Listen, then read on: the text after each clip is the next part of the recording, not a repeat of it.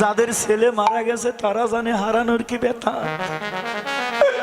যার হারাইনি সে বোঝে না। আমরা সবাই হারা বাবা, কেউ মা হারা, কেউ বাবা হারা, কেউ ভাই হারা, কেউ বোন হারা, কেউ স্বামী হারা, কেউ স্ত্রী হারা, কেউ ছেলে হারা, মেয়ে হারা।